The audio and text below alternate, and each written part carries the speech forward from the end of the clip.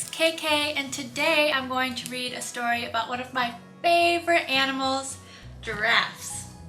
See, I even have one on my shirt. Giraffes Can't Dance.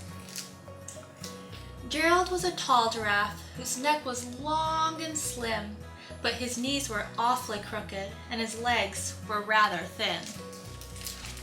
He was very good at standing still and munching shoots off trees. But when he tried to run around, he buckled at the knees.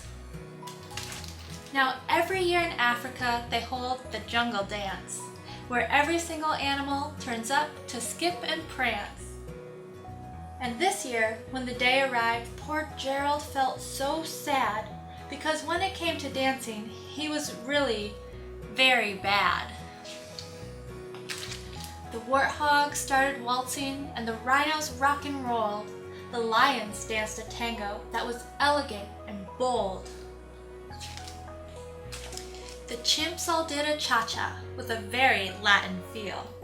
And 8 baboons then teamed up for a splendid Scottish reel.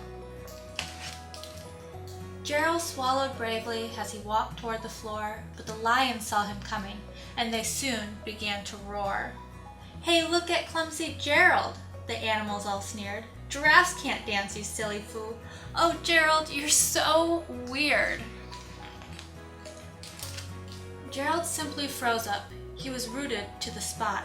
They're right, he thought. I'm useless. Oh, I feel like such a clot. So he crept off from the dance floor and he started walking home. He never felt so sad before, so sad and so alone. Then he found a little clearing and he looked up at the sky. "The moon can be so beautiful," he whispered with a sigh. Listen to the swaying grass and listen to the trees. To the sweetest music is those branches in the breeze. So imagine that the lovely moon is playing just for you. Everything makes music if you really want it to. With that, the cricket smiled and picked up his violin. Then Gerald felt his body do the most amazing thing. His hooves had started shuffling, making circles on the ground. His neck was gently swaying and his tail was swooshing round. He threw his arms out sideways and he swung them everywhere. Then he did a backward somersault and leapt up in the air. Gerald felt so wonderful. His mouth was open wide. "I am dancing. Yes, I'm dancing. I am dancing," Gerald cried.